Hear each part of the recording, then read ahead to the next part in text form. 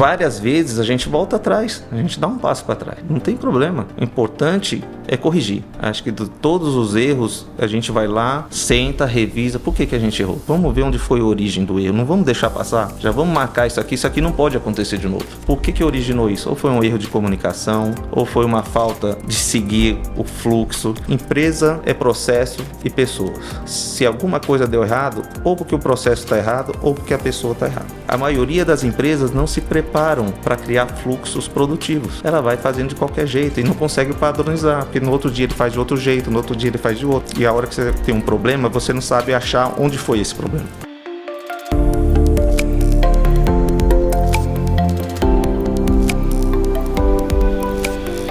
Olá, seguidores do nosso canal Estúdio PSC, para o seu conhecimento. Eu sou José Moreira, host aqui do nosso canal, e hoje eu estou com um convidado muito especial, meu amigo Kleber Brasileiro, CEO do Grupo JB, nosso cliente também na MyTrack há muitos anos já, está aqui com a gente hoje para contar um pouco da história do Grupo JB, que é um grupo fantástico, né, que atende aí 3 estados do Nordeste, o Ceará, o Piauí e o Maranhão, né, com a expansão gigantesca, mais de 40 anos, esse grupo, que tem uma história fantástica, é a segunda geração já da empresa que está à frente, e ele está aqui para contar um pouco dessa história. Muito grato, meu amigo, por você estar aqui, muito grato por esses anos de parceria com a MyTrack, com a gente também, mas hoje é um dia muito especial de estar batendo esse papo com você, de você contar essa história para mim conhecer e também para os nossos ouvintes e para o nosso público, para o seu conhecimento, você saber um pouco de como é a atuação do Grupo JB e qual é a história também de vocês. Eu já queria passar a bola para você se apresentar, né? E também começar esse papo contando um pouco dessa história do Grupo JB, uma história fantástica. Eu acho que deve ser uma história inspiradora para muita gente aqui. Obrigado, viu, meu amigo? Eu que agradeço, Moreira. Bom dia a todos os seguidores. Para mim é um grande prazer ter essa oportunidade. Você é uma pessoa que eu admiro, que traz muita inspiração para todo o nosso grupo. O Grupo JB é uma empresa fundada em 1984 e ao longo do tempo tenta se modernizar, tenta trazer coisas novas, empreender, e esse é o nosso DNA.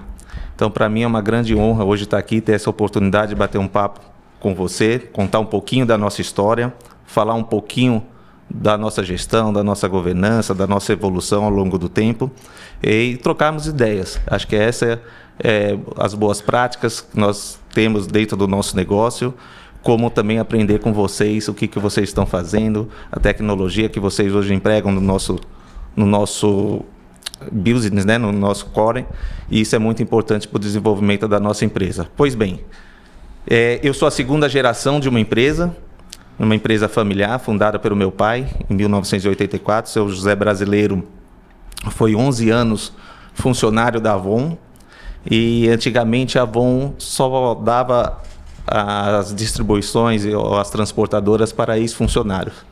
E assim meu pai foi convidado para assumir as operações do Piauí e Maranhão. Eu tinha 8 anos de idade, e fomos todos, nessa época, morar no Piauí e no Maranhão. Você é natural de... Eu sou de São Caetano do Sul, de São Paulo. Boa. Eu sou paulista, eu fiz o caminho inverso, né?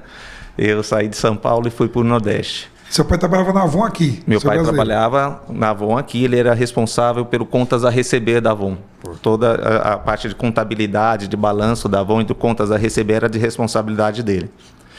E quando nós fomos para o Piauí, ele desbravou, né? Era uma época muito difícil ainda, né? Que você não tinha o desenvolvimento, a infraestrutura era bem precária, uma região bem precária ainda, hoje melhorou bastante, mas era uma época muito difícil e a gente teve que segurar a ponta junto lá com ele. Eu entrei no grupo em 1997, eu me formei em economia na Universidade de São Paulo, aqui na USP, eu voltei para fazer faculdade. E tem um caso interessante, eu sei que você tem uma coisa no podcast, que quando o telefone toca, né? E eu tenho que começar por essa história, porque o telefone tocou para mim muito cedo. Era um desse aqui? Era um desse aqui, exatamente. Engraçado que eu mostrei para meus filhos isso, eles não sabiam como é que funcionava. Né? Você vê a tecnologia como ela avança a passos largos. Nós somos jovens, mas a gente sabe como é que funciona. Mas a gente sabe, né? Como é que era isso aí. Foi bom você ter lembrado, né? O telefone tocou, né? Porque o telefone vai tocando a nossa vida, né? Vai passando, você vai tendo as oportunidades de você atender o telefone. Fala desse momento que o telefone tocou para você. Vamos lá. Eu tinha 20 anos de idade, eu acabava de me formar em economia, eu trabalhei 2 anos no Citibank, pedi demissão do Citibank porque eu queria fazer pós-graduação nos Estados Unidos. Eu ia fazer um MBA na Califórnia, já tinha feito TOEFL, todas as provas e tal, e fevereiro era janeiro, comecinho de janeiro. E fevereiro já estava com passagem comprada, onde é que eu ia ficar, ia passar 2 anos nos Estados Unidos fazendo o MBA, que era o meu grande sonho. E um certo dia, no meio aí de janeiro, toca o telefone, meu pai ligando e falou: olha, eu recebi um convite para assumir o Ceará, mas eu sozinho não vou. A operação da Avon tem um problema com o antigo transportador lá, e eu só vou se você topar ir. E eu falei: tá, mas em que condições, como é que vai funcionar isso? Eu falei: eu não sei direito, pensa um pouquinho e depois você me dá a resposta. Eu falei: quanto tempo eu tenho para pensar? Ele falou: você vai para o aeroporto, você compra uma passagem de avião, durante esses 3 horas de voo você pensa, e quando você aterrissar você me dá a resposta. E quando eu aterrissei, isso já era de madrugada, o pessoal da Avon já estava lá, a gente saiu do aeroporto direto por uma reunião, e eu já não voltei mais para São Paulo. Então, até os meus amigos de faculdade foram lá, cada um pegou uma geladeira, a cama, não sei o quê, fica aí para vocês. Já distribuí tudo e já voltei, já fiquei, já assumi um terminal com 20 anos de idade. Que telefonema, meu amigo. E aí foi um divisor de águas, né? Porque às vezes na vida você tem que fazer opções. E a opção sempre é abrir mão de alguma coisa. Então, eu abri mão de um sonho que eu tinha de morar no exterior, de ter uma vivência diferente, né? De uma cidadania diferente, alguma coisa, aquele sonho jovem, né, de ir para os Estados Unidos e tal. Mas hoje eu não me arrependo, eu acho que a decisão foi certa. Eu vim com uma missão de segunda geração para a empresa, de trazer profissionalismo para a empresa, trazer tecnologia para a empresa e abrir a empresa comercialmente. A gente era muito fechado, até 2007 a gente era exclusivo de um único embarcador. Então a gente precisou preparar a empresa, criar governanças, criar áreas que não existiam dentro do grupo, e isso fez com que a empresa passasse a ter uma governança hoje muito próspera, muito profissional e que está trazendo grandes resultados dentro do nosso negócio. Imagino que foi um desafio gigante, mas o seu brasileiro foi muito inteligente, não foi? Para dizer assim, venha para cá. Ele não deu tempo de eu pensar, né? A ligação foi muito bem feita, né? Foi muito bem feita. Foi uma ligação que realmente mudou a minha vida e hoje eu agradeço, né? Por ter tomado a decisão correta. Eu acho que uma empresa, ela tem que se perpetuar, né? Então, você tem que estar preparado para o seu momento, para o seu ciclo, e você precisa entregar a empresa melhor do que você já recebeu. Então, hoje, dentro do nosso grupo, a gente já está preparando a 3ª geração do grupo, que é uma coisa difícil de você fazer, uma sucessão. Geralmente, ou você impõe aquilo para um filho, às vezes o filho não tem o tino, às vezes o filho não quer aquele negócio, e a gente conseguiu ter uma relação muito boa de juntar a experiência do meu pai, que é uma pessoa que tem um relacionamento fantástico, uma experiência profissional e de vida muito bacana, com a juventude, com o ímpeto de fazer crescer, com o ímpeto de trazer coisa nova, do ímpeto de botar coisas tecnológicas, de fazer uma visão fora do quadrado, e a gente vai passando essa mescla ao longo do tempo, e isso é uma receita que vem dando muito certo. E junto com isso tem também um legado de experiência que vem das gerações anteriores, né? Que o desafio que o seu pai teve, com certeza, foi gigantesco para preparar isso e você preparar para uma 3ª geração, né? Não tenha dúvida, Moreira. Você ter uma noção, a gente prestava contas, não sei se você lembra daquelas calculadoras, que saía a bobina de bobininha, que tinha bobininha. O registro da revendedora que ia para aquela rota, a gente batia naquela maquininha e fazia várias bobininhas daquela. No final do dia, e você ia ticando aqueles comprovantes daquelas bobininhas e você fazia aquela prestação de conta. Não tinha computador. Então, você imagina hoje você administrar 3 milhões e 700 mil entregas sem um sistema, sem um tracking, sem uma tecnologia, então, totalmente manual, né? Então, a velocidade de evolução dos processos é muito rápido, né? Naquele tempo, os ciclos eram mais longos, né? Você não tinha tecnologia, você não tinha computador, você não tinha nada embarcado dentro do processo. Hoje é tudo digital, hoje você já tem uma robótica, você já tem uma automação, você já tem uma inteligência artificial, só que o seu brasileiro sempre botou uma coisa para a gente: coloque a tecnologia que você quiser, que você entender que precise para o seu negócio prosperar, mas nunca perca a filosofia de trabalho, o respeito, o profissionalismo, a integridade, o foco no cliente. Hoje a gente tem que adaptar algumas coisas que a gente não tinha naquela época, a sustentabilidade dentro do negócio, a agilidade, e eu tenho um papel dentro disso que é alta performance. Eu sou uma pessoa apaixonado por duas coisas: pela minha família e pelo meu trabalho. Eu tenho um prazer muito grande naquilo que eu faço. Então, trabalhar 12 horas para mim é algo normal, que me gera prazer, que me gera satisfação. Não é uma obrigação. E quando você faz a coisa por amor, que você gosta daquilo, as coisas fluem de maneira mais rápida e melhor. Sim. E eu queria buscar um pouco mais antes, né? Como é que surgiu as outras empresas? Você já falou já de Fortaleza, foi um desafio que você foi fazer, e depois também teve outro estado que é o Maranhão. Como é que surgiu o Maranhão? Na verdade, o início de tudo foi São Luís e Teresina, né? O ponto de partida foi as duas operações. Ele teve que virar simultaneamente porque o transportador era da mesma região. O convite para o Ceará que veio depois. Em 97 veio o Ceará, depois em 99 nós fomos convidados para assumir um sul do Maranhão, que não era nosso também, que era Imperatriz. De lá a gente teve que abrir Belém, Macapá, Santarém, Altamira, e chegamos a um ponto de cobrir quase 23% do território brasileiro. E tinha uma cláusula dentro do contrato de que você não podia estourar esses 25%. Foi aí onde eu entrei. O seu brasileiro já estava no limite dos 25% e eu entrei com uma empresa minha para que não ultrapassasse essa cláusula de barreira contratual, que era um compliance dentro da companhia. E até quanto tempo, falando aqui nesse legado gigante que o seu brasileiro deixou, né, e de muito trabalho, com certeza, né, de muita determinação, porque sair daqui para o Piauí buscando esse desafio é gigante.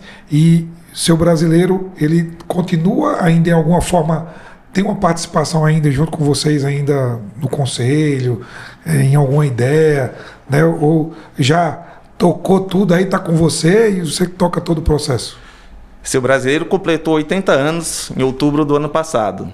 E ele vai rigorosamente todos os dias para a empresa de segunda a sexta-feira. Caramba. Ele não deixa de ir os 2 expedientes. Então é algo que dá vida para ele, é algo que ele curte, ele quer saber de todas as reuniões, ele quer ver todos os relatórios, ele quer ver o resultado, ele participa ativamente de todos os processos. Logicamente, que essa parte de tecnologia, essa parte que a gente faz de melhorias contínuas, de projetos, é uma parte que já está com a gente dentro da nossa gestão. A gente tem gestores para isso também, mas ele sabe de tudo que acontece ali dentro. Ele tem noção de tudo isso e ele não abre mão de estar presente. A única coisa que a gente não deixa mais ele fazer são as viagens.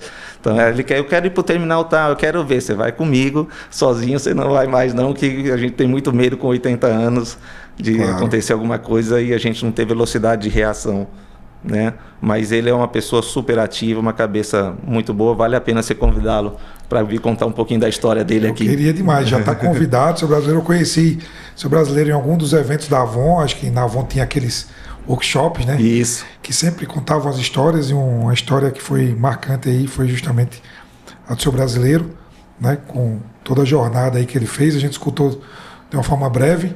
e você traz ainda mais detalhes agora e com certeza ele contando vai ser melhor. Então o convite está feito, você brasileiro, quando o senhor estiver em São Paulo aqui, venha contar essa história, como chama no Nordeste, de cabo a rabo. De cabo a rabo. Né?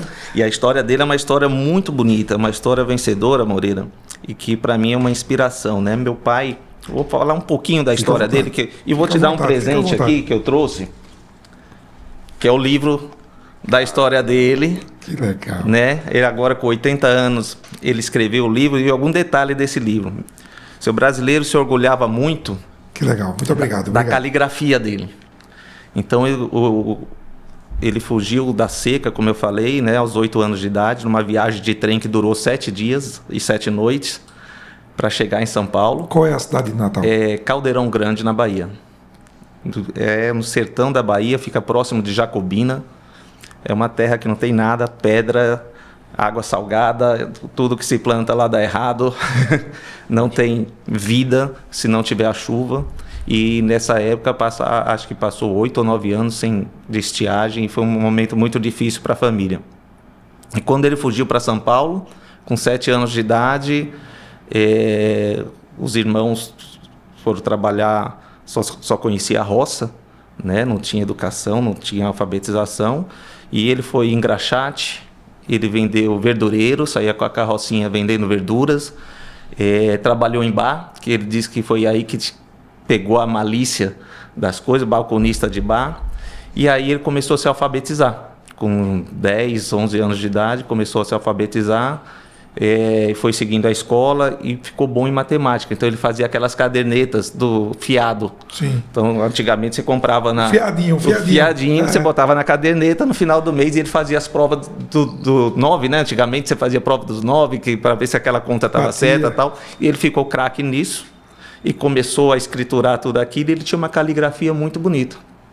E num certo dia, um rapaz cliente lá do bar viu aquela caligrafia bonita e falou: você não quer trabalhar numa empresa? Que ele falou, e o sonho dele era ser escriturário do Banco do Brasil, que ele falava que a pessoa que era bem formada tal fazia escrituração no Banco do Brasil. Ele tinha uma caligrafia muito bonita. Realmente a caligrafia dele era uma caligrafia muito... E aí assim começou a carreira dele. Ele foi para Rolls Royce, para Bebidas Dunga, tudo fazendo debêntures, escrevendo as debêntures e as ações dessas empresas. Depois ele fez contabilidade, se formou em administração de empresas e contabilidade, 2 cursos superiores, e começou a carreira dele. E chegou na Avon. E aí ele chegou na Avon, já em 72, ele chegou na Avon, através de um amigo da faculdade, que conversando juntos, sabia do potencial dele, falou, você não quer fazer um teste lá na Avon, fazer uma entrevista? Ele estava, se eu não me engano, nos motores na BASF. Ele trabalhou na BASF, e aí ele fez esse teste, passou na Avon e trabalhou 12 anos na Avon até 1984, quando a gente foi para o Piauí. História fantástica, muito obrigado pelo livro, obrigado mesmo pelo presente. Estou vendo aqui que tem uma dedicatória aqui. Tem. Muito obrigado, muito feliz, muito obrigado mesmo. E a letra está aqui dele. E aí tem um detalhe da letra, essa é uma coisa curiosa. Ele não faz autógrafo para ninguém no livro, porque depois ele teve um AVC há 5 anos atrás, e uma das coisas que ficou foi uma pequena tremedeirazinha na mão, e ele não gosta de mostrar a letra dele feia, tremida. Sim. Mas para você ele fez que de legal. Coração. Muito obrigado. O seu brasileiro está aqui. Que legal, estou muito feliz aqui de ter recebido esse presente. Esse aqui acho que é o melhor presente que a gente ganha, um livro, né? Que é um presente fantástico e mais autoral, com o autógrafo do escritor, né? Com a história dele, que é uma história fantástica que eu admiro demais. Então, muito obrigado, meu amigo. Obrigado. Seu brasileiro, o convite está feito para vir contar um pouco dessa história aqui, ao vivo aqui com a gente também, deixar registrar também essa marca. Obrigado mesmo, obrigado. Muito bom, muito eu que agradeço. Vou deixar aqui, vou levar para casa, vou me ler com muito carinho. Obrigado mesmo.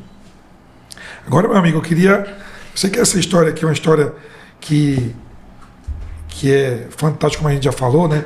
Esse legado fantástico que o seu brasileiro deixa, e você assume com o tempo e cria esse processo de expansão. E hoje são 6 filiais, né? 6 filiais. A gente estava falando aqui dos números antes, 18 mil entregas por dia, né? Quase 4 milhões de entregas por ano, né? Então é um número gigantesco. E 330 funcionários diretos, mais 470 indiretos, né? Clientes como a Natura, Casas Bahia, Magazine Luiza, M. Dias Branco, né? Conecta, Três Corações, é só gigante, né? E eu queria justamente entender o que é que fez esse crescimento todo de vocês. Claro, já vem de uma história, como a gente já falou aqui já do passado, mas o que é que você atribui esse crescimento contínuo e esse pensamento de buscar novos negócios, de inovar? O que é que você atribui esse crescimento de vocês, Kleber? Para saber, ter uma receita aí, para a gente compartilhar aqui com nossos amigos aqui empreendedores também? Moreira, não existe uma receita certa, né? Que você vai falar, faz isso vai acontecer. Existe todo um processo, né? Eu acho que uma empresa, para ela ter as suas fundações bem feitas, ela precisa primeiro de um planejamento muito bem feito. Nós precisamos de fluxos e processos muito bem definidos, né? Processos bem desenhados, processos retos, que sejam de forma clara, que seus colaboradores entendam isso. Ela precisa ter uma cultura onde desde a sua portaria até a sua direção estejam todo mundo alinhados dentro dessa cultura de respeito, de integridade, de foco no cliente. Então, uma das coisas que eu acho que é um diferencial nosso, que serviu muito para a nossa adaptação, que a gente entende o que o cliente quer.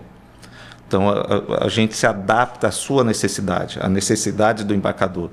E isso para a gente é um motivo de desafio, né? A gente até tem um lema lá que eu não posso ouvir a palavra "eu duvido", né? Que as pessoas falam, eu duvido que isso vai acontecer. Se falou eu duvido, ela vai acontecer, né? Nós vamos achar o caminho correto, qual é o melhor caminho para fazer isso. E eu acho que toda essa profissionalização trouxe para a gente muita energia, né? Porque a gente tinha ainda antigamente a figura do que o CEO ele tinha que ser dono de tudo, do processo, das melhorias, do financeiro, do RH, e isso não é uma verdade. Você precisa trazer pessoas competentes, que entendam e sejam especialistas daquilo, e você precisa organizar essa orquestra. Você tem que ter um maestro disso aqui, mas você não tem que tocar todos os instrumentos. Eu entendo que esse pulo do gato se deu quando a gente começou realmente a profissionalizar isso. Como que a gente fez isso? Eu acho que o primeiro passo disso foi criar recursos humanos dentro da empresa. Eu costumo comparar o nosso grupo a um avião. Eu sou piloto de avião, por formação também. E uma das coisas que faz o avião, você tem 4 vetores no avião. Você tem um vetor propulsor, que é o motor. Sim. Você tem as asas, que é a sustentação desse avião. Você tem a gravidade, que puxa esse avião para baixo. E você tem o vento, que é o arrasto. A sua empresa é isso. Quem é o propulsor da sua empresa? São as pessoas. São seus líderes, são seus colaboradores. É ela que faz sua empresa acontecer. Não tenha dúvida disso. Quem é a sustentação? Quem são as asas do seu negócio? E pode ser qualquer negócio, não estou falando só de logística. É a infraestrutura, é a tecnologia, são os processos bem definidos. Isso que dá sustentação. As pessoas puxam, os processos sustentam. A tecnologia te segura, a infraestrutura te guarda dentro disso aí. Isso faz a coisa acontecer. O que é o arrasto? São as pessoas ineficientes, é a comunicação mal feita, é a falta de comprometimento, é a falta de uma cultura bem definida, de uma filosofia de trabalho bem feita dentro do processo. E o que é o peso? É tudo aquilo que está no sistema, já é dado. É tributo, é burocracia, é o governo, é o sindicato, é o sinistro, é tudo aquilo que é dado. Você não tem gestão sobre isso. Então você precisa ser um motor mais forte do que esse peso e você precisa ter uma sustentação maior do que esse arrasto. Então, eu acho que essa é a grande lição do nosso grupo. Eu acredito muito nisso, eu acredito em pessoas, em processos. Ritmo, ritual, e todo dia fazer aquilo acontecer de forma clara, evidente, onde todos estejam no mesmo caminho, na mesma meta, no mesmo princípio. Adorei esse negócio do avião, viu? Gostei demais mesmo. Então, pegou aí, né, Gabriel, esse corte aí, né? Como é que é? É o avião, o motor são as pessoas que levam o avião, sustentação. Fala de novo, só para gravar. Eu entendo que o avião, para ele se sustentar, o que faz um avião decolar? Ele tem que ter um motor que puxa e ele tem que ter o peso das asas, o ar tem que ser maior do que o peso da gravidade. O que é a gravidade? É tudo aquilo que é adverso ao seu negócio. É o imposto, é o tributo, é a burocracia, é a ineficiência, o sinistro, é a falta de infraestrutura da sua cidade, você tem a tecnologia, mas não tem internet, sabe? Você tem problemas, enfim, tudo aquilo que já é dado no seu entorno, você já nasceu com ele. Já chegou devendo. Você já chegou. Já chegou com esse peso já, né? O que vai fazer esse avião sair do chão? São as pessoas. Sua empresa só vai decolar se você tiver pessoas capacitadas para fazer isso acontecer. Como você faz isso? Reconhecendo. E aí, Moreira, tem um detalhe. Aí entra a alta performance. Não dá para ser bom, você tem que ser ótimo. O bom, o mercado tem um monte. E o bom é inimigo do ótimo. Então, e aí é você performar, ir atrás do detalhe. Eu faço 99%. Por que não 99,5%? Porque depois 99,8%. Porque o 99% o mercado já está cheio. Eu tenho que tratar esse 1%. Eu tenho que ir atrás dessa oportunidade. Como é que a gente faz isso?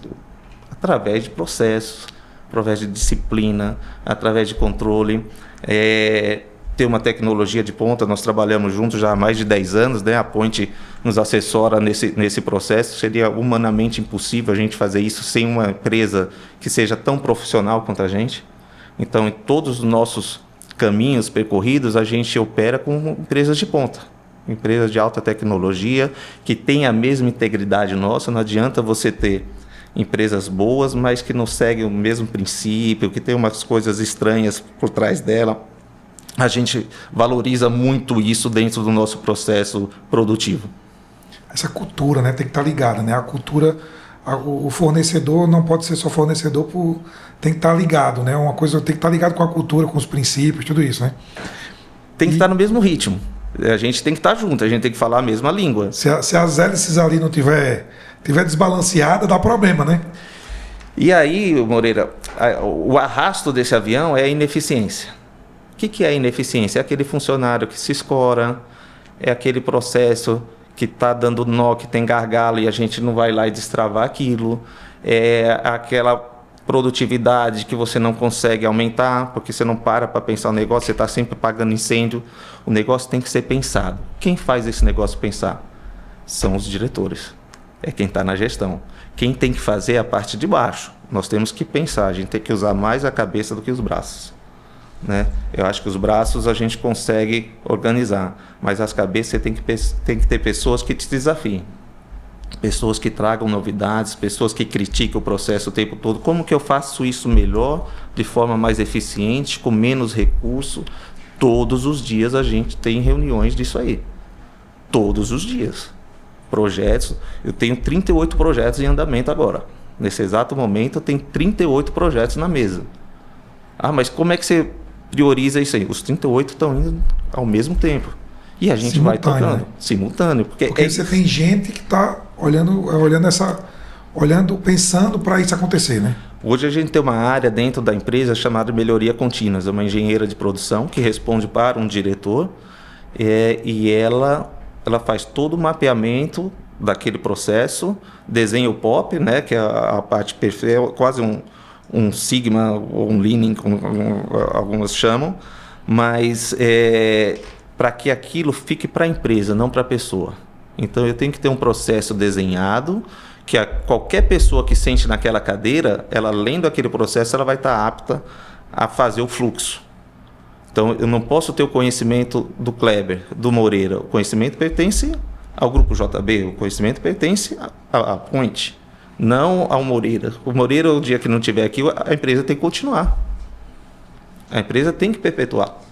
E é isso que a gente faz. A gente tenta deixar tudo muito documentado, não de forma burocrática, mas de uma forma que o processo não haja quebra, não haja rompimento. E olha que a gente sofre, tá? Nós não somos esse mundo perfeito, não. Você acompanhou comigo uma transição e você viu o tanto que a gente sofreu para botar uma operação em dia. Mas faz parte, é aprendizado. São dessas dificuldades que saem as oportunidades, que saem as grandes soluções. Porque se você pegar um negócio já redondinho é muito fácil, né? Para bater foto. Não, a gente pega o negócio e faz ele acontecer mesmo. Como é que é o que você gosta, que isso não dá para fazer? Como é que é o desafio? Eu duvido. Eu duvido. Eu duvido, você não pode falar essa palavra ali perto de mim, não, porque aí você mexeu com a pessoa errada. eu gostei demais do negócio do avião, vou usar aqui, vou pegar sua permissão aqui, que eu gostei demais. Eu acho que em todas as partes aí que você falou do avião, né, o motor principalmente, a gente tem um processo do ajuste fino, né? Deve ter, né, no avião também. Sem dúvida. Que você, além de ser piloto, você pilota o seu próprio avião. Você tá para lá e para cá do seu avião, né? Imagine que você tem que estar sempre fazendo ajustes finos, tem que estar sempre fazendo validações, tem que seguir processo, né? Eu acho que na aviação pega muito disso também, né? O treinamento, o checklist é muito fino, né? É o ritual, né, Moreira? A gente fala muito de Gemba. Gemba é você estar no chão de fábrica, e o chão de fábrica ele não muda muito. Mas ele precisa de um ritual, ele precisa de ritmo e ele precisa de disciplina. Então, não adianta você ter processos limpos, você ter pessoas capacitadas, mas isso não está disseminado no seu chão de fábrica. A coisa trava. A gente recebe 6, 7 carretas por dia. Se aquele processo não acontecer, vai chegar mais 6, mais 7. E se você não deu conta daquilo, aquilo vai empilhar. Então, você precisa ter isso muito claro, muito definido. Quem dá tração nisso aqui? São os seus encarregados, são seus supervisores, são seus coordenadores, cada um dentro do seu quadrado, mas aquilo tem que acontecer. E você não pode ser um CEO que está lá sentado na cadeira só vendo balanço. Não, eu estou 3, 4 vezes por dia fazendo aquele Gemba walking, né? Que você vai caminhando, você vai vendo se a limpeza está legal, você vai vendo se o seu pallet está na posição correta, se não tem gente que não esteja alinhado com o processo, se o processo está limpo, se ele está fluindo, se está dentro da cadência que a gente precisa para aquele dia, qual é a meta. Você tem que ter uma matinal todos os dias, o seu encarregado tem que passar a mensagem que a empresa quer para os seus liderados. Isso é uma catequese. É um dia a dia, é um trabalho de convencimento, é um trabalho de... Eu entendo que o líder, ele precisa te convencer para que você ache que aquela decisão é a melhor que ele tomaria. Então, o líder por imposição, por controle remoto, na minha opinião, não funciona. Eu acho que você tem que fazer aquilo que a gente está discutindo porque você acredita em mim, que esse projeto faz sentido, que isso, se eu fizer, vai acontecer, ou pela experiência, ou pelo know-how, ou por alguma outra coisa. Mas nós somos abertos totalmente a críticas e mudanças, não tem problema nenhum de dar um passo atrás, mas desde que a gente esteja alinhado nesse processo, senão sai besteira. E acaba que você também está... Você, como tomou essa decisão como líder, você está assumindo um risco também, né? Então tem todo esse risco, mas você está tomando uma decisão em cima, voltando para a aviação, em cima do tempo de voo, né? Que você já, muitas vezes aquela decisão já passou na sua frente e algumas das vezes você tomou a decisão errada e você aprendeu com aquele ajuste no processo, né? Então você tem essa possibilidade de contar isso. E tem um desafio dessas gerações novas que a gente está, de ensinar gerações novas a olhar essas experiências que a gente teve ao longo do caminho. Com certeza você teve muitas assim dessa forma. Isso é um ponto mais difícil, né, Moreira? Porque o comandante ele é responsável por tudo, né? Você tem total autonomia dentro do seu processo, dentro do seu negócio, mas você tem que fazer o checklist do avião, você tem que acompanhar o abastecimento, você tem que fazer toda essa parte pessoalmente. E isso a gente faz. O negócio é a mesma coisa. Delegar não quer dizer falar assim, ó, tá aqui, eu deleguei, você vai fazer isso e eu não olho mais. Delegar está acompanhando do início ao fim. Eu deleguei, mas eu quero saber. Toda semana eu quero que você me mostre esse projeto, como é que ele andou, como foi o andamento, onde é que nós estamos, qual é o investimento disso, quanto é que a gente está gastando, qual é o retorno, o que falta para isso acontecer. Ó, isso aqui não está andando. Por que não está andando? Onde a gente precisa de tração nisso? Então, isso é delegar. Delegar não é simplesmente jogar e falar assim, ó, eu deleguei, não aconteceu, não fui eu que fiz. Não, você é responsável por tudo. Quando você está lá em cima da cadeia, no topo da pirâmide, você é o responsável. Até coisas que não passaram por você. Aí você dá seu jeito, você precisa saber o porquê que não passou. É verdade. Né? Até porque você pode até ter contratado alguém que faça errado. Faça errado e você não acompanhou. E você já, no processo de contratação, você já está assumindo o problema. A responsabilidade, né? É sua. Então, várias vezes a gente volta atrás, a gente dá um passo para trás. Não tem problema. O importante é corrigir. Acho que de todos os erros, a gente vai lá, senta, revisa. Por que a gente errou? Vamos ver onde foi a origem do erro. Não vamos deixar passar. Já vamos marcar isso aqui não pode acontecer de novo. Por que originou isso? Ou foi um erro de comunicação, ou foi uma falta de seguir o fluxo. O Abílio Diniz tem uma frase bem interessante disso que eu gosto bastante. Empresa é processo e pessoas. Se alguma coisa deu errado, ou porque o processo está errado, ou porque a pessoa está errada. Ele resume de uma forma muito prática um negócio gigantesco que ele tem. Mas é isso. A maioria das empresas não se preparam para criar fluxos produtivos. Ela vai fazendo de qualquer jeito e não consegue padronizar, porque no outro dia ele faz de outro jeito, no outro dia ele faz de outro, a filial A faz de um jeito, a filial B faz de outro, e a coisa perde padrão. E a hora que você tem um problema, você não sabe achar onde foi esse problema. Hoje a gente tem isso muito claro dentro do nosso negócio. Tudo tem uma rotina, tudo tem um fluxo, tudo tem um desenho, tudo está desenhado dentro de uma governança, dentro de um projeto, dentro de um planejamento. Isso fez a gente ficar muito profissional. Eu acho que isso vale a pena seguir. Isso é uma coisa legal. Eu tive lá, eu acho que uns 2 anos atrás, né, com vocês lá em Fortaleza, acho que em 2023, finalzinho, acho que. E eu estava vendo já que tinha gente fazendo processo, escrevendo processo. Quando eu fui lá visitar, tinha uma pessoa escrevendo processo, né? E me parece, o que a gente conversou hoje, que é uma coisa contínua de vocês, né? Porque em algum momento você tem que revisar aqueles processos e atualizar de acordo com o que está acontecendo. É um processo contínuo? Como é que funciona essa melhoria contínua lá no Grupo JB? Tudo é documentado. Então, desde o processo de recursos humanos, de uma admissão, de uma promoção, de uma demissão, tudo tem um fluxo, tudo tem um documento certo para ser feito, tudo tem um time, um SLA.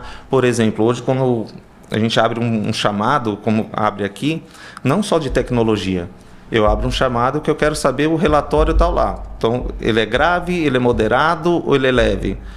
Tem um SLA de tempo para resposta. Se não aparecer, o Movidesk vai lá e joga na tela que aquela área não respondeu aquele chamado, e aí ele tem que explicar por que aquilo não aconteceu. Porque às vezes você trava uma operação porque a impressora travou o papel e não emitiu nota, e aquele caminhão não saiu. Aquilo é um incidente leve. O coordenador tem que responder aquilo. Mas se deu 2 horas, aquele coordenador não resolveu o problema da impressora, sobe para o gerente. Deu 2 horas, o gerente não resolveu, já está na minha mão. Precisa o dono da empresa resolver um problema de uma impressora? A gente vai deixar uma carreta com 3.000 pedidos parado porque uma impressora travou, embolou o papel? Então são essas travas que hoje dentro do nosso negócio a gente tenta fazer com que nossos líderes sejam donos, pensem como dono. Isso é uma coisa difícil de fazer, isso é um desafio para essa juventude. Que a juventude hoje ela é muito inteligente, ela está anos-luz da gente.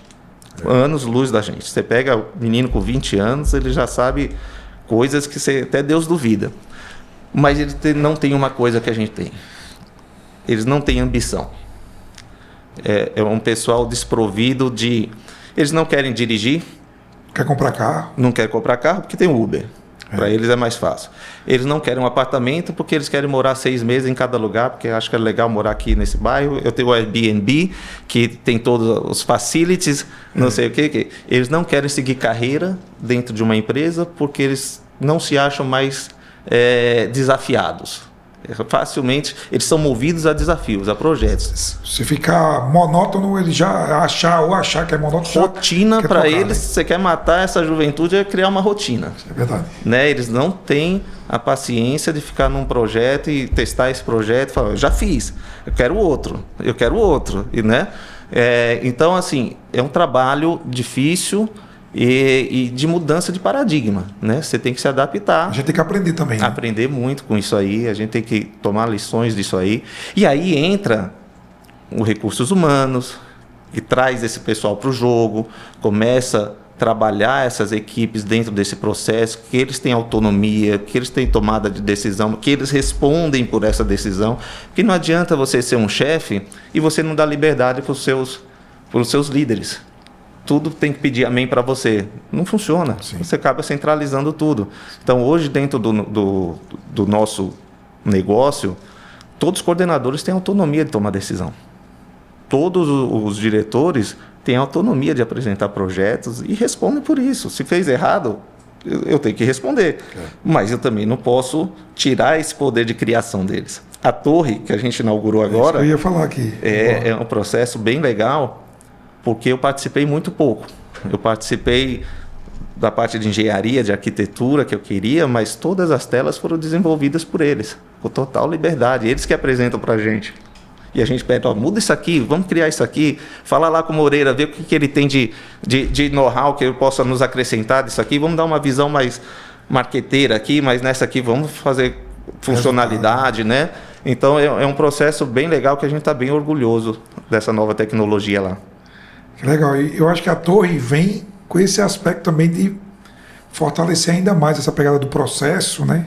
De olhar número, mas também de ter processo para tudo, né? De ter tudo escrito. A torre de controle tem muita relação com isso, né? Com esses processos, com as pessoas que estão ali monitorando e a tecnologia.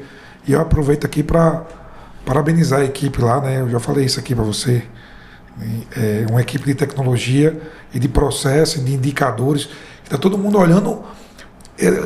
É impressionante, porque eu tenho conversado, eu sempre converso aqui com os clientes e converso muito com o Kleber. O Kleber sempre é ávido por tecnologia, perguntando o que é que faz com isso, o que é que dá para fazer para melhorar esse número, esse indicador.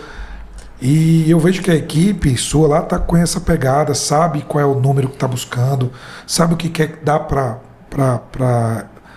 a equipe ver para resolver o problema. Porque no final das contas, nós queremos, com a torre de controle, é para resolver um problema mais rápido, né? Para ter um acesso à informação mais rápida e criar esse processo de resolver o problema mais rápido. E o problema do cliente final, né? E o problema é que o cliente liga muito para lá, liga para resolver o problema, liga para saber da minha entrega, do status. Como é que... Eu queria falar, como é que a torre, como é que você articulou? Tá lá, vou deixar o link aqui da postagem aqui que o meu amigo fez da inauguração da torre. Ficou linda, parabéns. Parabéns pela estrutura física e pelo processo e pela equipe de tecnologia mais uma vez. Eu queria que você falasse como é que é a atuação na torre no dia a dia na resolução de problema logístico dos seus clientes. Vamos lá, a torre ela veio para ter um papel de entregar número. O primeiro papel da torre é esse, né? Ela tem um trabalho preventivo. Ela tem que se antecipar aos problemas que podem acontecer. Então, você imagina você monitorar 18 mil entregas num dia, o tanto de problemas que não tem. Você está falando de atender 100% dos municípios desses 3 estados. Então, a torre ela tem que sinalizar onde está o problema, com quem está o problema e como é o problema. Ela não toma a decisão de corrigir esse problema. Ela passa para a operação já mastigado onde ela tem que atuar. Ela é como se fosse o médico falar assim, você vai tomar 100 gramas desse remédio para baixar a tua febre porque você está com uma infecção ali. Mas ela não vai tomar a decisão. O diagnóstico e o plano de ação. É isso. Né? O diagnóstico e a receita. Aí a operação tem que entrar no circuito. A operação tem que fazer aquele plano de ação ou aquele diagnóstico que foi feito acontecer a solução. E depois ela vira um dedo duro. Porque se aquilo não aconteceu, ela vai falar, ontem estourou tantos pedidos, a gente perdeu 80 pedidos porque nós avisamos para a filial de São Luís que tinha um problema na rota de Maracassumé e que o parceiro não foi atendido e a gente acabou perdendo esses 80 pedidos no prazo de entrega. Imagino que o tanto de alerta deve ser gigante. No seu caso lá, que a gente aqui eu sou nordestino também, sou lá de Campina Grande, conheço bem os desafios que são entregar, né, no Nordeste, né? Mas com certeza tem muita coisa ainda, mesmo assim eu conheço um pouco, na verdade. Tem muito outro desafio que são gigantes, por exemplo, que aqui em São Paulo está tudo muito condensado, né? Nas regiões metropolitanas, tudo isso. E lá tem muita rota, né? As rotas de viagem, né? Como chama, né? Que você vai entregar, como é o nome da cidade que você falou? Maracassumé agora? Maracassumé, veio na cabeça, mas a gente fazia entrega no Iapoque. Caramba. Isso é um detalhe. Boa. Tem coisas, vivências da nossa vida. Falei, vamos lá. O Iapoque você consegue chegar, a gente fazia operação no Amapá, e o Iapoque você só chega lá 6 meses por ano. É o período de chuva, não tem acesso. Então, tudo chega por parte fluvial. 6 meses você vai terrestre, 6 meses você vai de barco. E aí como é que a gente levava esses 6 meses de barco? Você contratava um barco, botava as caixas dentro do barco, E o barco não tinha combustível para ir e voltar. Então o barco ia contra a corrente, chegava lá 4, 5 dias de viagem para chegar com essas caixas lá. Lá a gente contratava alguém para fazer essa entrega, o nosso entregador ia junto. E esse barco voltava até metade do caminho. Depois ele ia só com a correnteza, porque não tinha como abastecer a ida e a volta desse barco. Então são desafios do Brasil. Acho que a gente tem o Brasil é um continente, não é um país, né? Nós somos... se você pegar Piauí, Maranhão e Ceará, que é a área que a gente atua, talvez ela seja maior que Itália, França e Alemanha juntos, né? Então, nós não temos a total dimensão do nosso país. É gigantesca, e as dificuldades e as desigualdades regionais que nós temos dentro desse mundo Brasil.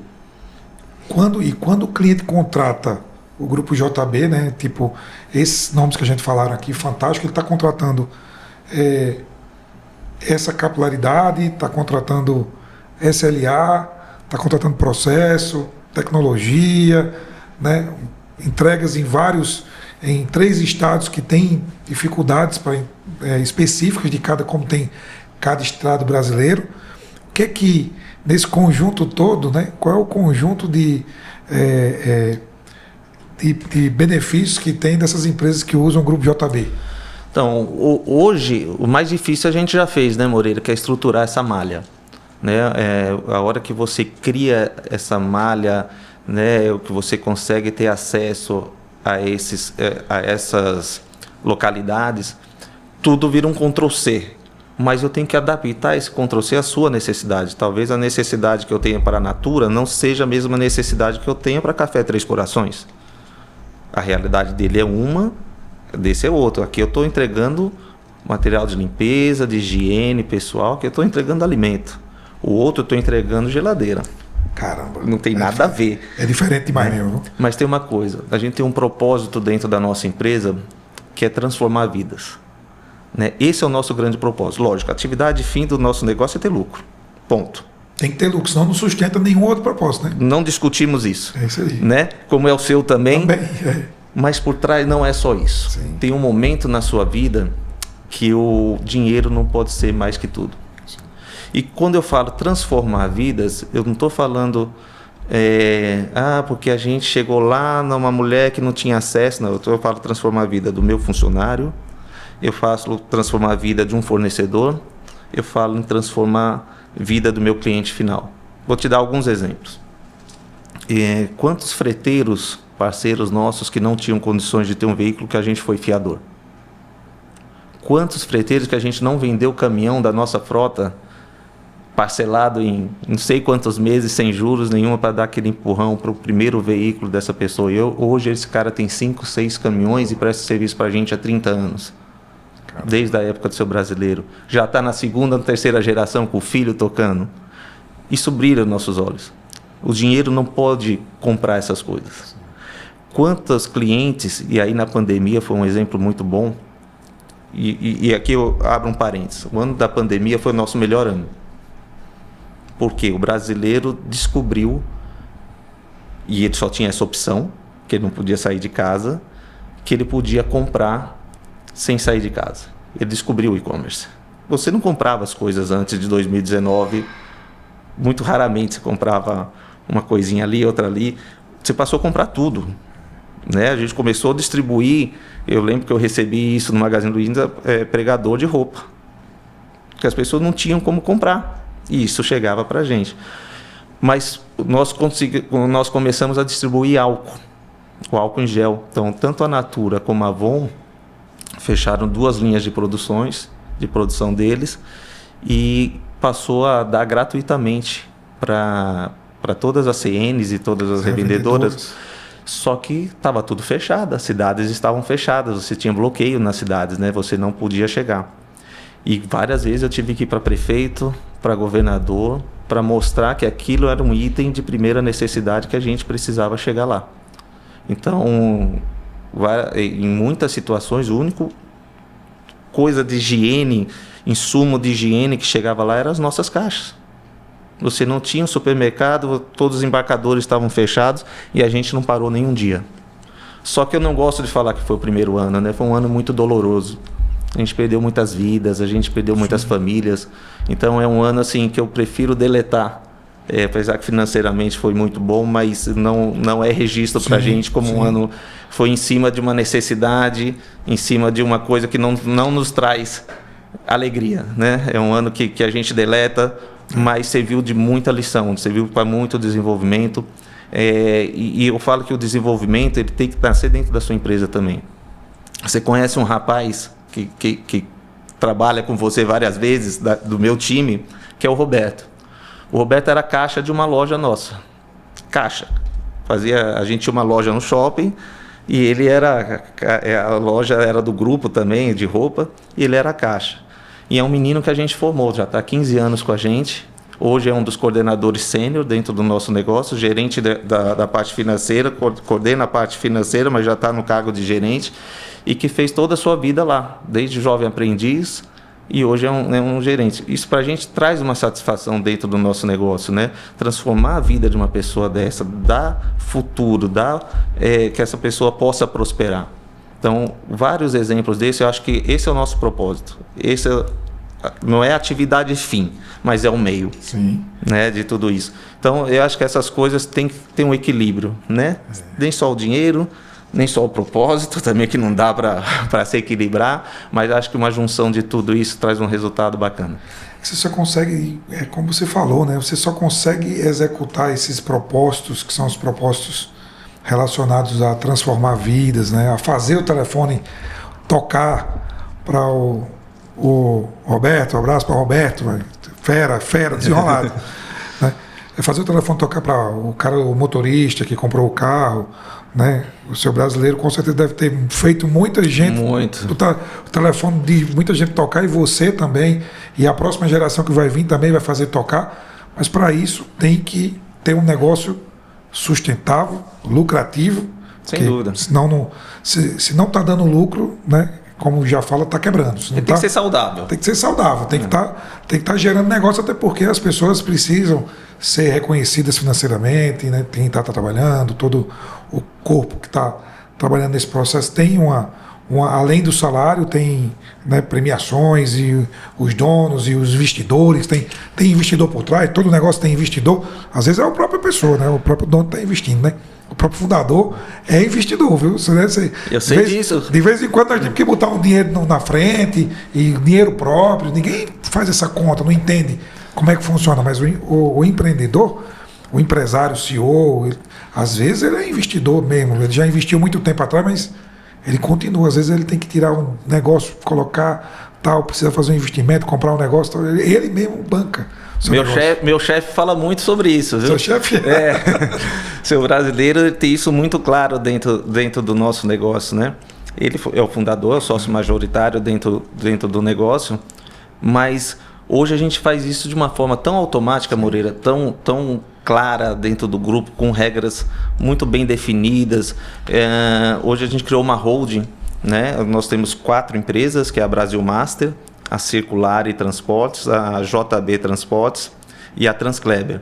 Essas 4 empresas hoje ela responde para o grupo JB, elas que formam o grupo JB, cada uma no seu segmento, e tem uma razão, mas só de linha branca, que é a Brasil Master. As outras foi necessário abrir, porque daquele limite territorial a gente foi abrindo outras empresas, mas a gente tem um estatuto muito bem definido dentro da holding, com regras claras, com regras por exemplo, de governanças muito bem estabelecidas.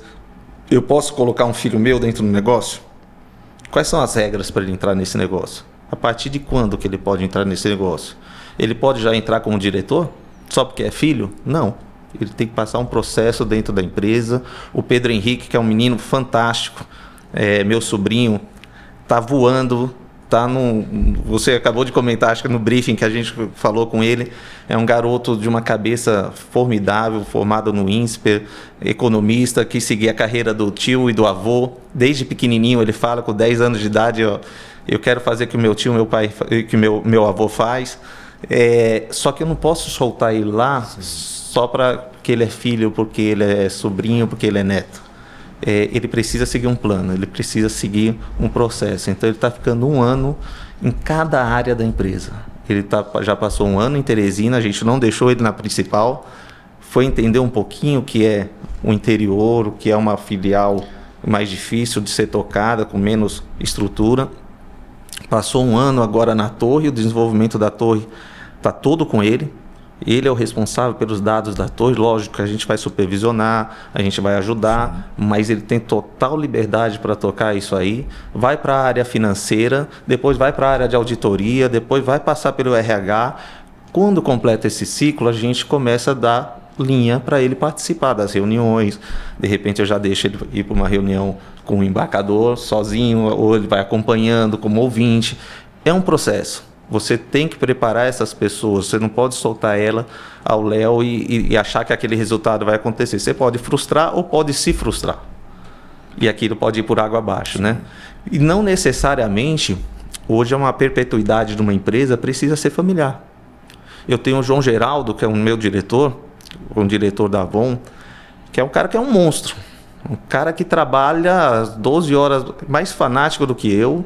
É um cara que eu tenho que falar, cara, vai para casa, vai descansar. E é o cara que faz aquilo acontecer, que dá tração ao negócio, que dá ritmo, que é dono, que tem visão 360, que treina o pessoal, não tem medo de sair da empresa porque ele treina sucessores, ele sabe da competência dele. Então é o meu braço direito hoje dentro do negócio. E não necessariamente é da família. Como é que você segura uma pessoa dessa? Você tem que pagar salários bons, salários acima do nível do mercado, mas você tem que criar rendas variáveis, desafios para essa pessoa trazer para a empresa. E ele tem que ser reconhecido, ele tem que ser parte integrante disso. Eu entendo que o salário é a sobrevivência, o bônus é a prosperidade. Né? Eu acho que o seu funcionário, o seu colaborador, a sua liderança, o seu boarding, ele tem que prosperar junto com a empresa. E é difícil essa equação, tá? Porque como você vai remunerar variavelmente? É subjetivo? Pô, Moreira esse ano fez um bom trabalho? Como é que você cria regras, né? Como é que você... E para todo mundo, né? E respeitando a meritocracia ainda, né? Porque tem uns que executam mais que os outros, né? Isso é difícil. Esse é um trabalho difícil. Então, hoje a gente contratou uma empresa, que é um anjo da guarda nosso, que é a Kátia. A Kátia é uma empresa de recursos humanos, chama Flow, que ela presta serviço para a gente. Não sei se eu posso falar os nomes das empresas, tá? Pode, com certeza. Mas quando eu tenho bench, eu falo isso é muito bom, para todo mundo. A Kátia, ela foi durante 8 ou 9 anos gerente de recursos humanos da Patrus. E a Patrus é uma empresa inspiradora para a gente, sabe? O do Marcelo, ele tem uma gestão, uma governança que está anos-luz na frente.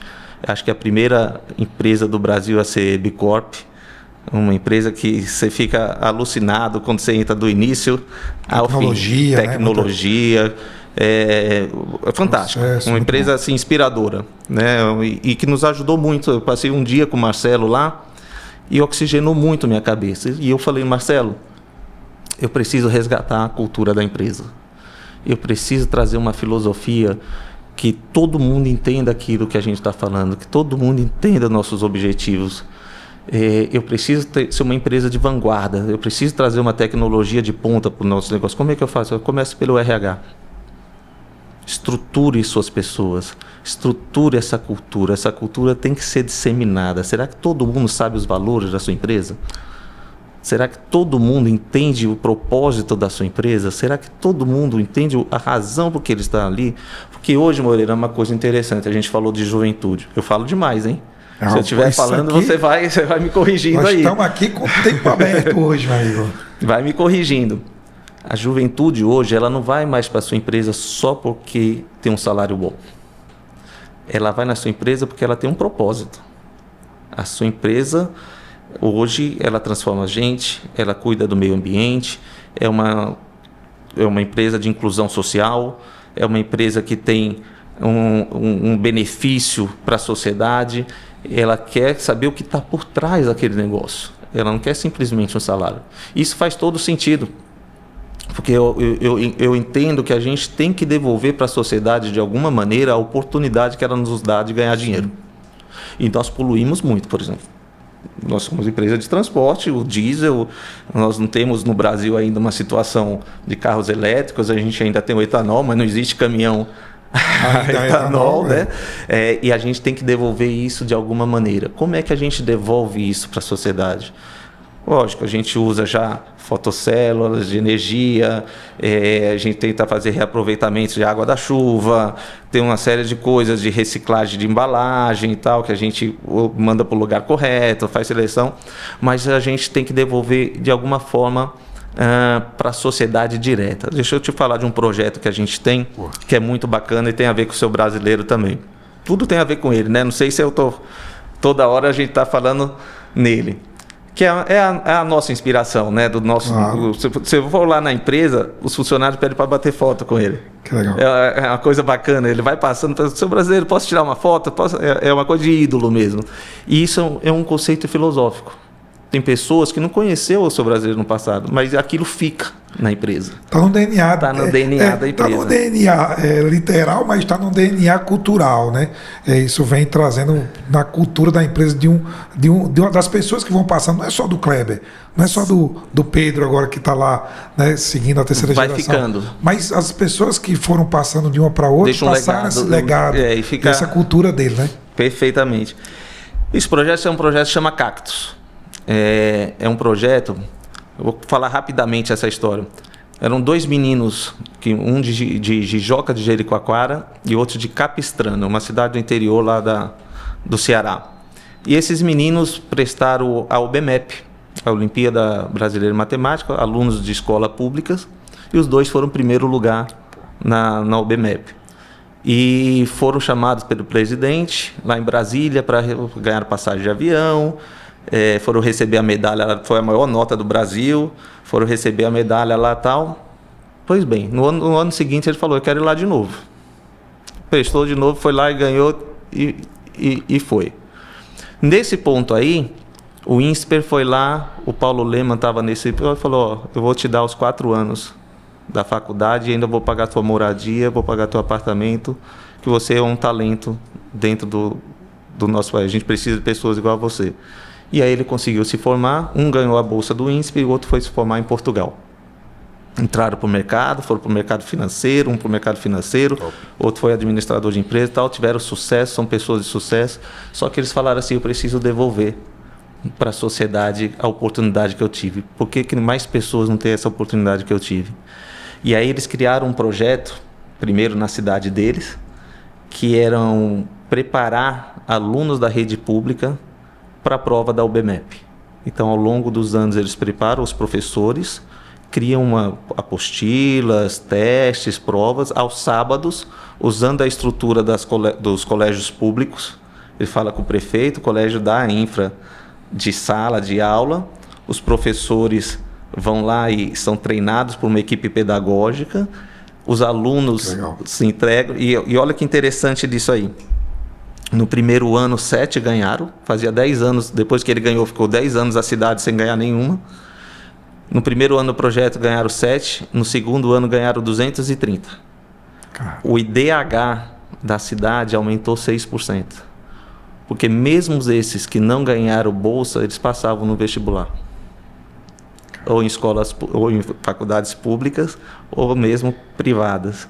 E vários deles ganharam bolsas nas tops aqui do Brasil, FGV, INSPER. E aí ele falou, opa, é aí que eu vou devolver isso aqui. Então ele começou a chamar empresas para patrocinar esse projeto. Então você adota uma cidade. E qual cidade que a gente adotou?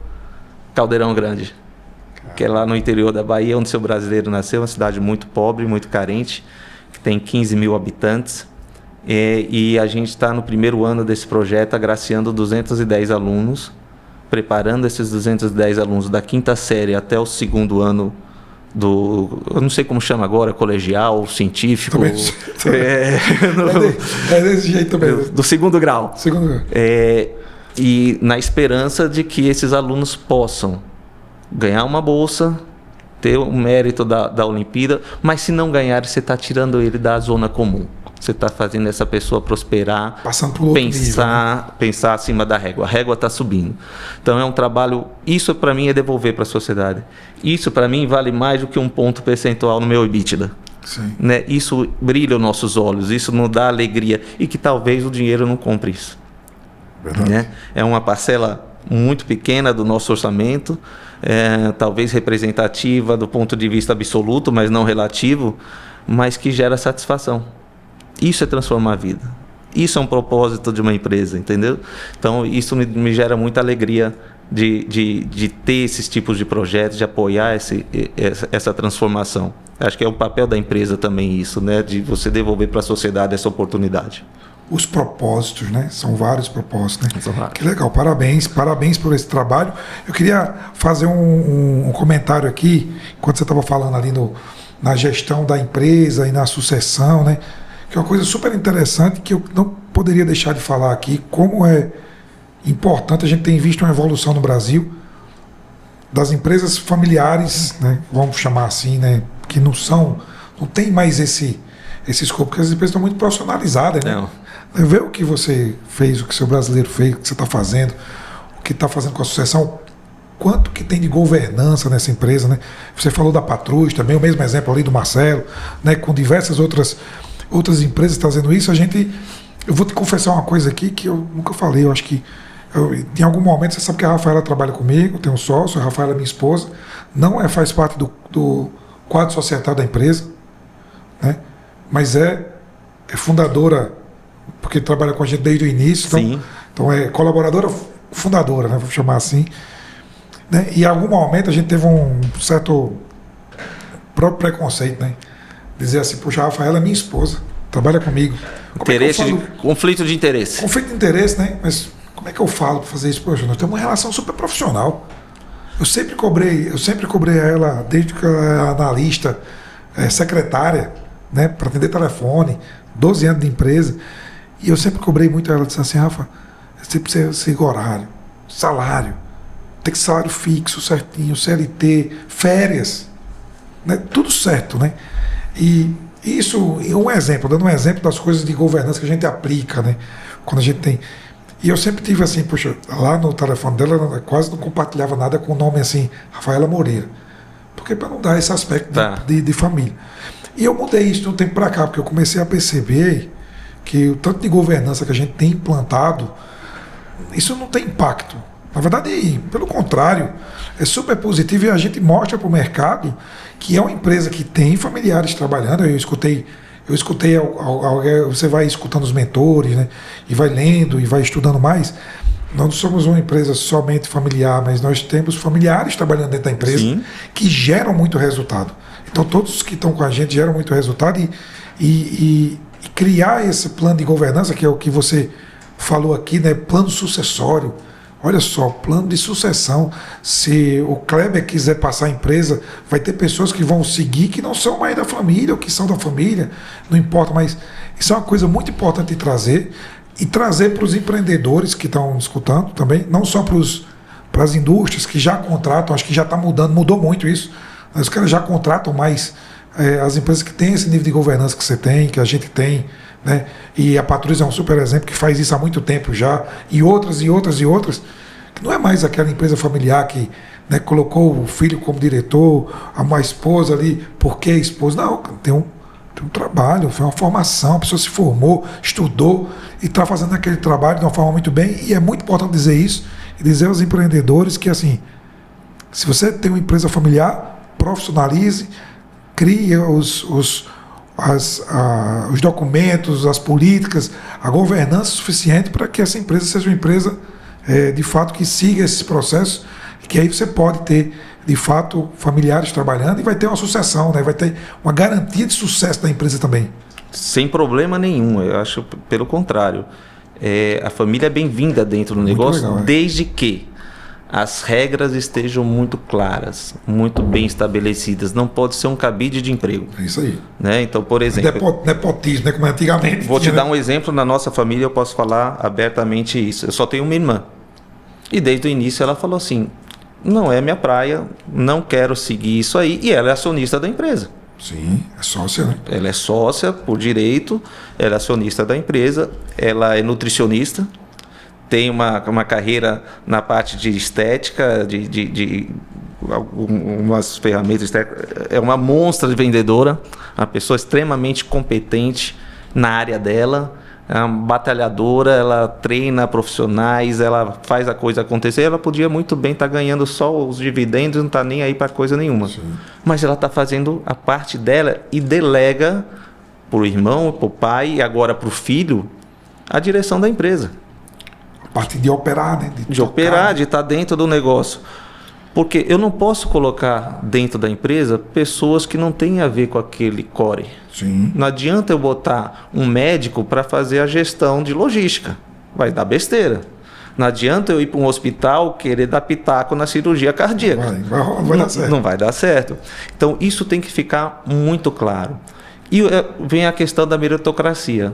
O Pedro não está lá porque ele é neto do seu brasileiro. O Pedro está lá porque ele é competente. Sim. O dia que ele não performar, ele sai. O dia que eu, Kleber, não performar, vai botar um diretor no meu lugar e ponto. Pertence à empresa. Eu vou para um conselho e boto alguém mais competente do que eu para gerar recurso, para gerar resultado. Então, eu acho que isso é uma decisão difícil, tá? Quando você tem isso bem claro entre filhos, que não tem litígio, sim, que não tem como é que fala? A esposa, a sogra, aí começa a entrar os aderentes. Sim. Né? Mas se ele tem, eu também tenho. Ele trocou de carro, você não trocou de carro. Está acontecendo uma coisa errada aí. Por que ele ganha tanto, eu não ganho? A regra tem que estar muito bem clara. E como que a gente fez isso? Nós contratamos um escritório de advocacia. Ele fez todo um processo de entrevistas individuais. Você tem alguma coisa para reclamar no passado até aqui? Sibeli? Fez individualmente com ela, minha irmã chama Sibeli. Kleber, o que você tem para falar sobre o passado? Seu brasileiro, você fez alguma coisa que você fez para um e não fez para outro? Dona Cida, que é minha mãe, que também não está no negócio e é sócia do negócio, teve alguma coisa? E isso começou a criar. Como é que vocês querem fazer essa sucessão? Quais são as regras de entrar na empresa? Se o Kleber virar e falar assim, eu vou vender minha parte, para quem que ele pode vender?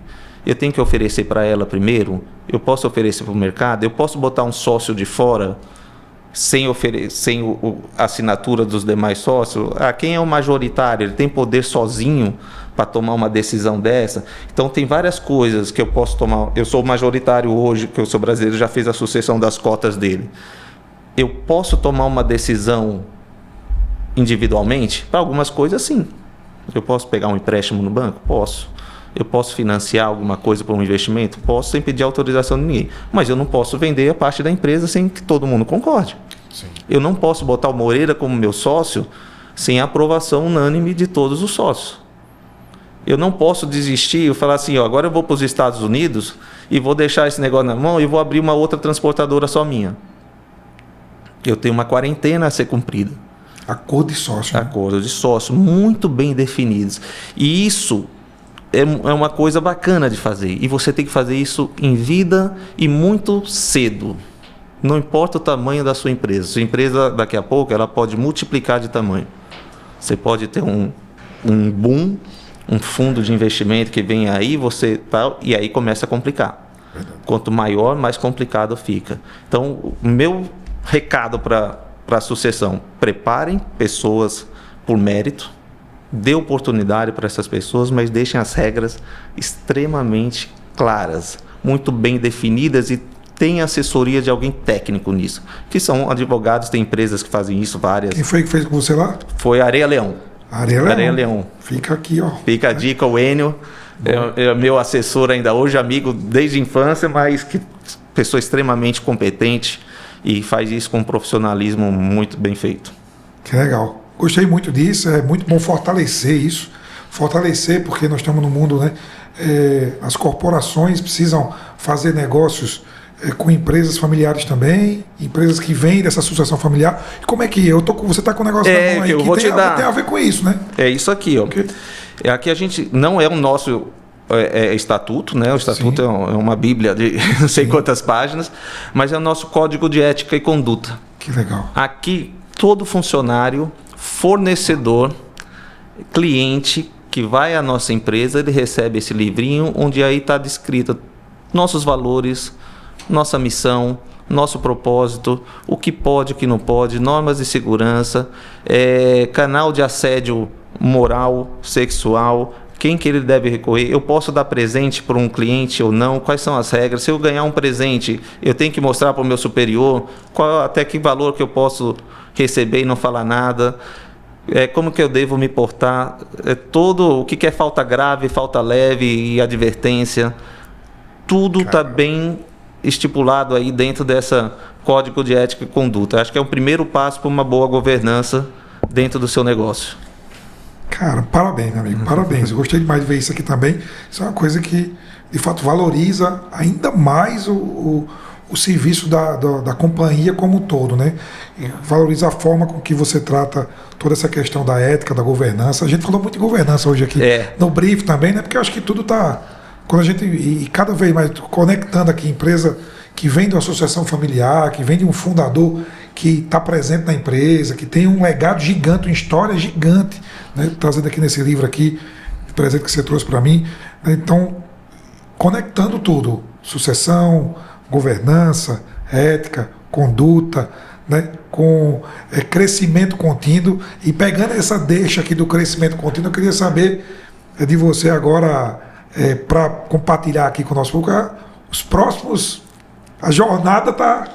O desafio vem um desafio atrás de outro, né? Tá batendo vento de popa, tá batendo vento de frente, o motor tá ligado total, tá colocando mais motor. O que é que tá rolando? Quais são as novidades? Quais são os desafios aí que tem para frente? E o que é que você está fazendo para o crescimento aí do Grupo JB? Então, Moreira, nós temos várias frentes de negócios, né?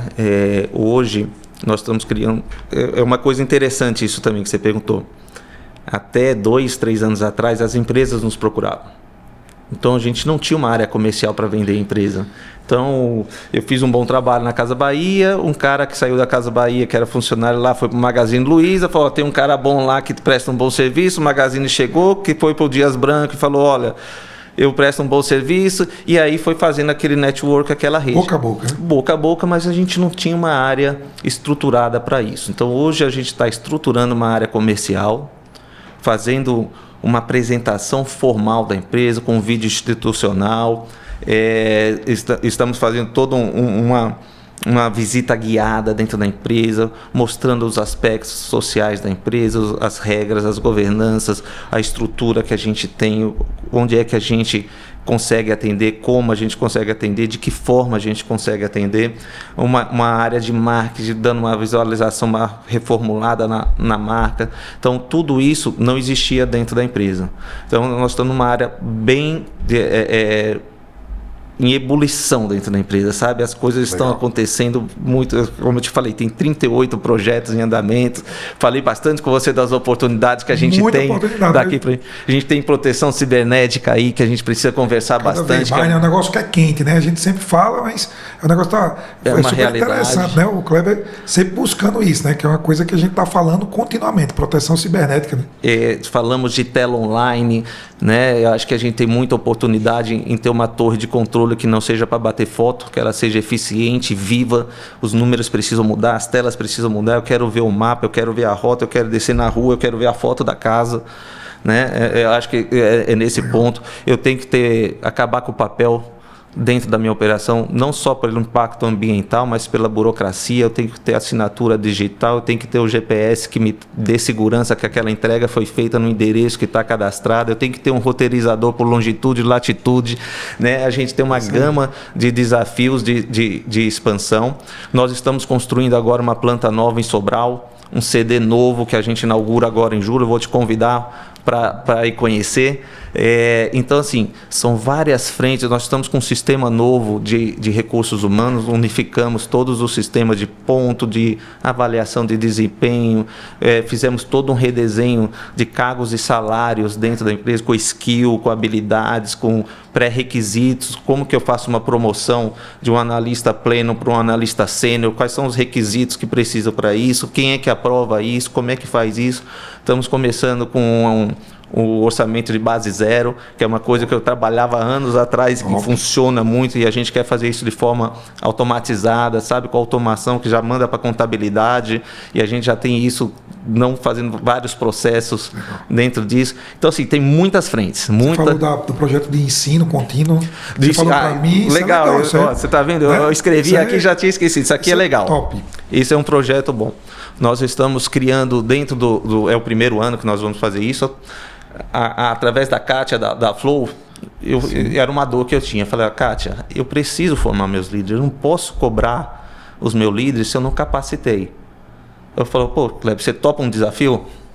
Eu falei, me mostra, primeiro me mostra e a gente vai ver se isso é possível ou não. Eu falei, eu queria uma universidade da liderança. Como é que eu faço isso, Kátia? Eu queria ter cadeiras como se fosse uma universidade, onde eu botasse do meu supervisor para cima essas cadeiras, para ele ter noção de legislação trabalhista, resolução de conflitos, de fazer um projeto. Como é que eu faço um projeto? Como é que eu crio um projeto? Quais são os passos de um projeto? Como é que eu faço uma precificação? Como é que eu gero toda uma cultura dentro de uma empresa? Então, são várias cadeiras, são 8 cadeiras ao longo do ano.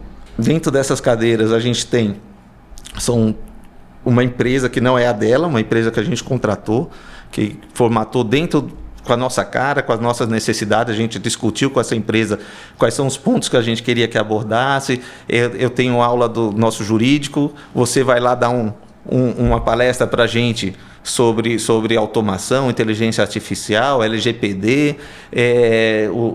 Nossos clientes, a gente vai levar alguns dos nossos clientes para dar a visão de clientes. Isso aí são cases que a gente vai levar, mas a parte teórica é toda estruturada para a formação dessa pessoa. Deixa eu te falar uma outra coisa que a gente vai... Eu vou lembrando das coisas, viu, Moreira? E vou falando aqui. Nós escolhemos 8 pessoas dentro da empresa que nós entendemos que ela é o futuro da empresa. Então, nós selecionamos dentro desses 330 funcionários talentos que a gente aposta que eles um dia podem ser diretor da empresa. É um processo longo, é um processo que precisa seguir a carreira dentro do negócio, mas eu preciso preparar essa pessoa. E como é que eu preparo essa pessoa? Através desses treinamentos, desses cursos, com job rotation. Então, todos passam por todas as áreas da empresa. E uma coisa legal, eu pedi para a Kátia uma estrutura de mentoria para eles. Então, todos recebem uma mentoria durante um ano, onde eles têm um apoio psicológico, eles dividem com ela e com a equipe dela como foi meu comportamento nessa reunião. Eu senti uma situação difícil, não me saí bem naquilo ali, como é que eu faço para corrigir isso?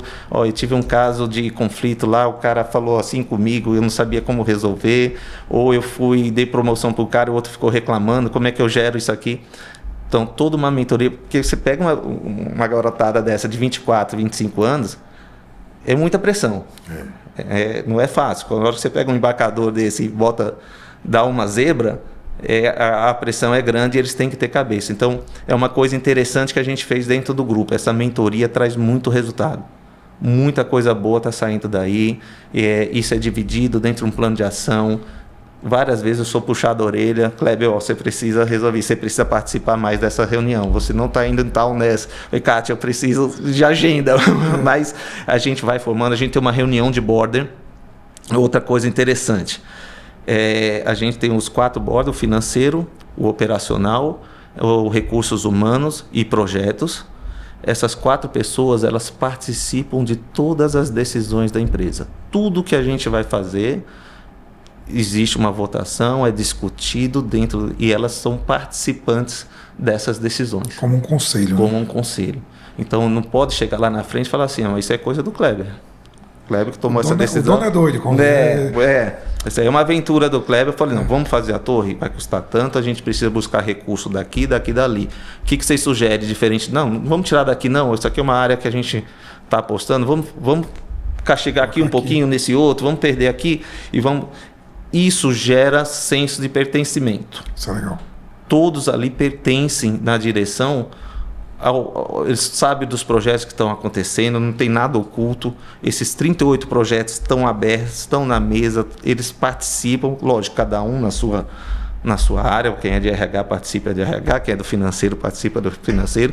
E a gente tem uma reunião do board todo mês, sob a gestão da consultoria da CAT, onde é gerada atas de acompanhamento desses projetos, de como estão em andamento, quais são as visões estratégicas da empresa, e depois cada um desses, por seus liderados, eles fazem reuniões individuais onde toda a empresa fica sabendo dos projetos em andamento, para o que a empresa quer, para onde está indo, quais são, se o ano foi bom. A gente não apresentava resultado da empresa para os funcionários, faz 2 anos que a gente já senta e mostra balanço para eles.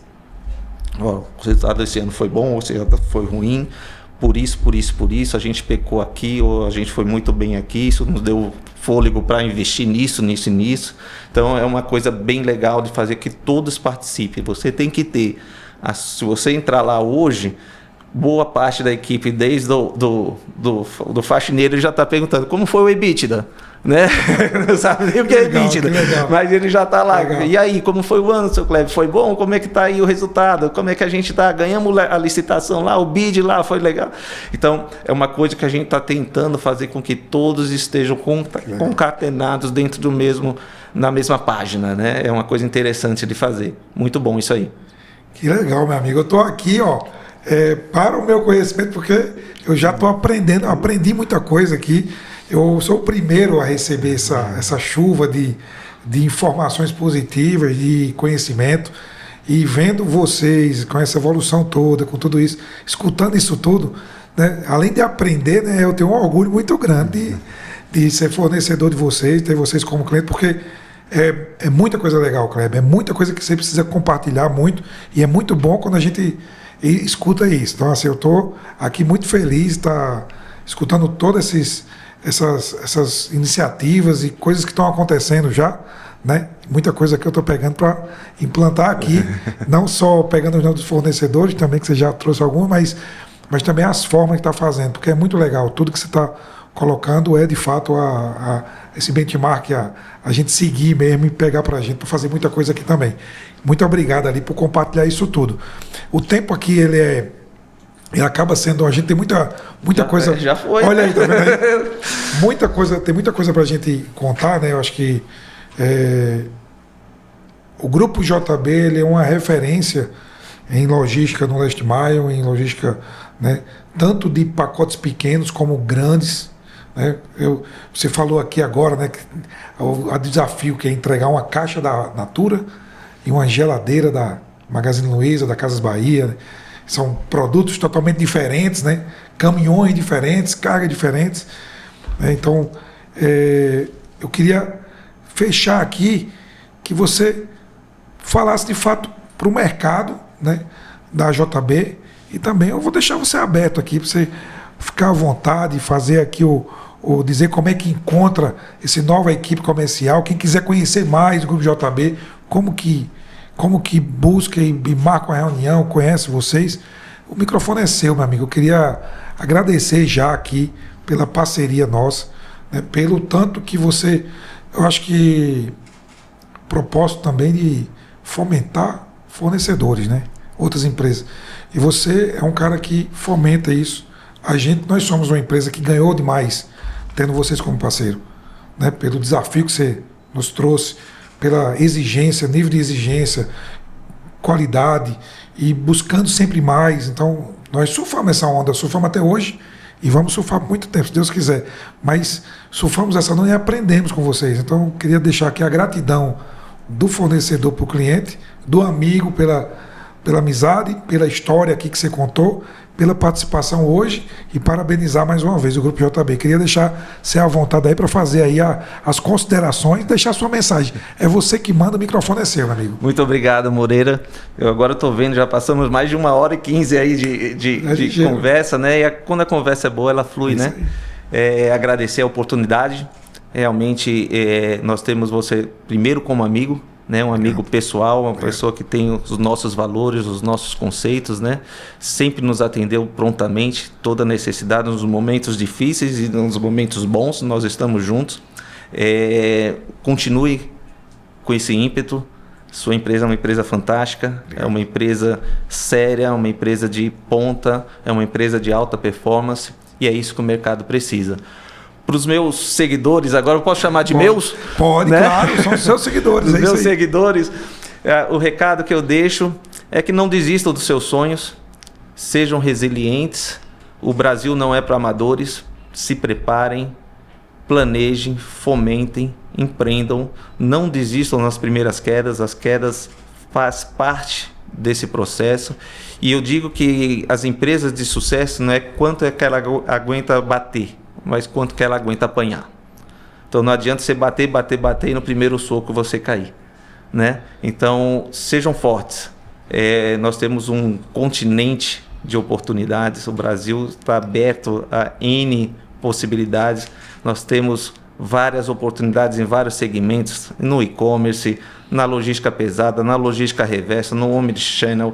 Você tem a parte ferroviária, a parte fluvial, a parte de tecnologia, a parte aérea. Então, tudo é um momento de oportunidade. É você estar certo no lugar certo, na hora certa e pronto para atender o telefone, né? Ele vai tocar uma hora. Então, muito obrigado. Quem quiser conhecer o Grupo JB, será um prazer recebê-lo. Já falei para o Moreira, quiser levar o time lá para conhecer nossa estrutura, nossa torre, por favor. Será um grande prazer recebê-los. Muito bom, meu amigo. Mais uma vez, gratidão. É isso, nós estivemos aqui com o Kleber Brasileiro, Grupo JB, batendo as paradas. Vou usar aqui, batendo as paradas, porque isso aqui é tudo sucesso. Vamos deixar aqui embaixo os links aqui do Grupo JB, LinkedIn, site e como entrar em contato. E se você quiser ser empresa embarcadora, quiser saber como é que eles entregam lá, entre e sai. Eu estarei em breve lá na Torre de Controle também visitando, né? E vendo que fantástico que você fez lá. Muito obrigado mais uma vez, meu amigo. É isso. Ficamos aqui com esse episódio fantástico. Gratidão, né? Obrigado à minha equipe aqui de marketing, equipe de produção aqui, Gabriel Leal, Kelly, Eldes, que estão participando aqui desse podcast fantástico e deixo conhecimento para você. Não posso esquecer também um agradecimento aqui à equipe JB, toda a equipe JB. Valeu, obrigado pela parceria, todos vocês aí que fazem parte dessa empresa fantástica. Muito obrigado. Valeu, galera. Valeu, pessoal. Obrigado, meu amigo Kleber. Muito obrigado, Moreira. Sucesso, viu? Sucesso demais.